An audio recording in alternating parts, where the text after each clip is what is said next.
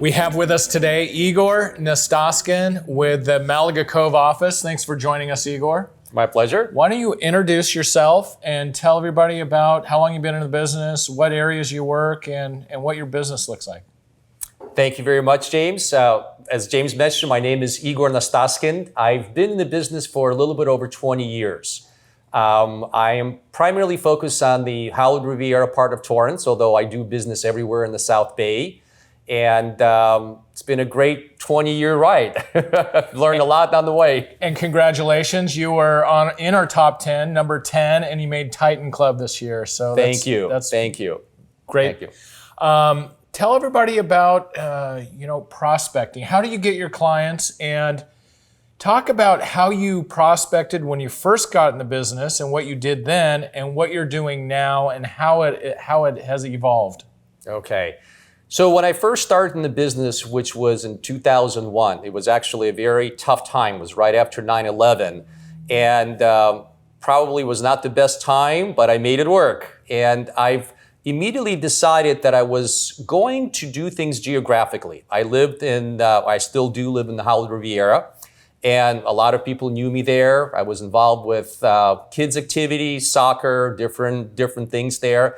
So I decided that I was going to do door knocking. That was my primary way of getting business. And for the next 3 years, I was basically door knocking every day. Every day. Every day, 5 days a week, doing open houses for other agents. And slowly but surely, my business started picking up, and it has evolved since.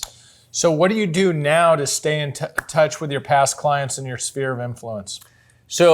Okay, that's a good question. Right now, obviously, I don't do door knocking because I have enough business where it just doesn't work to do door knocking anymore. I do have newsletters that go out to 3,000 residents in the Riviera every month. Every month. Every month. And as I've done in the past, and I still do this way, the best way to keep in touch with your clients is picking up the phone and calling them. I think that there's no substitute for that. And how do you pick the people you're going to call? So I have it, first I want to make sure that I keep in touch with my clients. This is your sphere of influence. Your biggest admirers and supporters are going to be your clients. Hopefully you've done a great job for them and they're going to be singing praises for you. So you want to make sure that you're keeping in touch with them because they're always going to have somebody that's either looking or maybe their friends or relatives. So that's the first thing to do.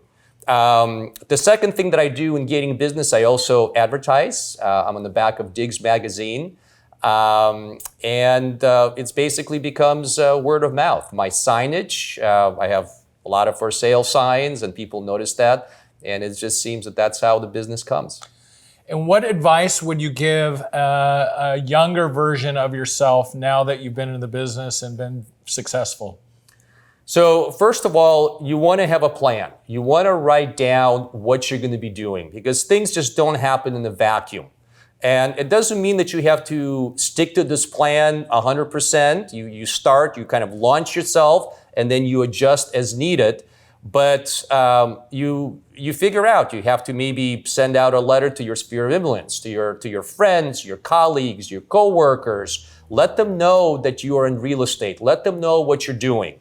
The second thing that you want to do is become an expert. So if you're going to focus on a certain area, make sure you know the sales. Make sure you visit homes.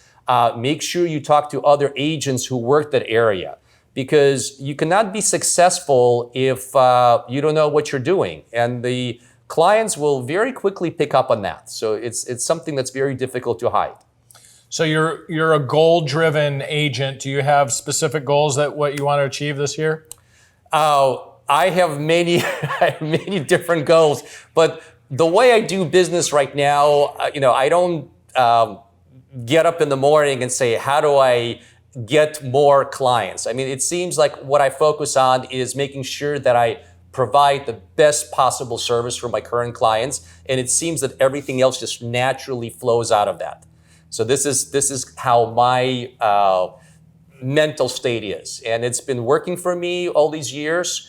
Obviously, as I said, I don't do door knocking now because it's not an efficient way for me doing things, but I want to make sure that I keep in touch with my clients. That's really, really important. You have a great business. Congratulations on your success, and thank you for joining us today, Igor Nastaskin. Thank you, James.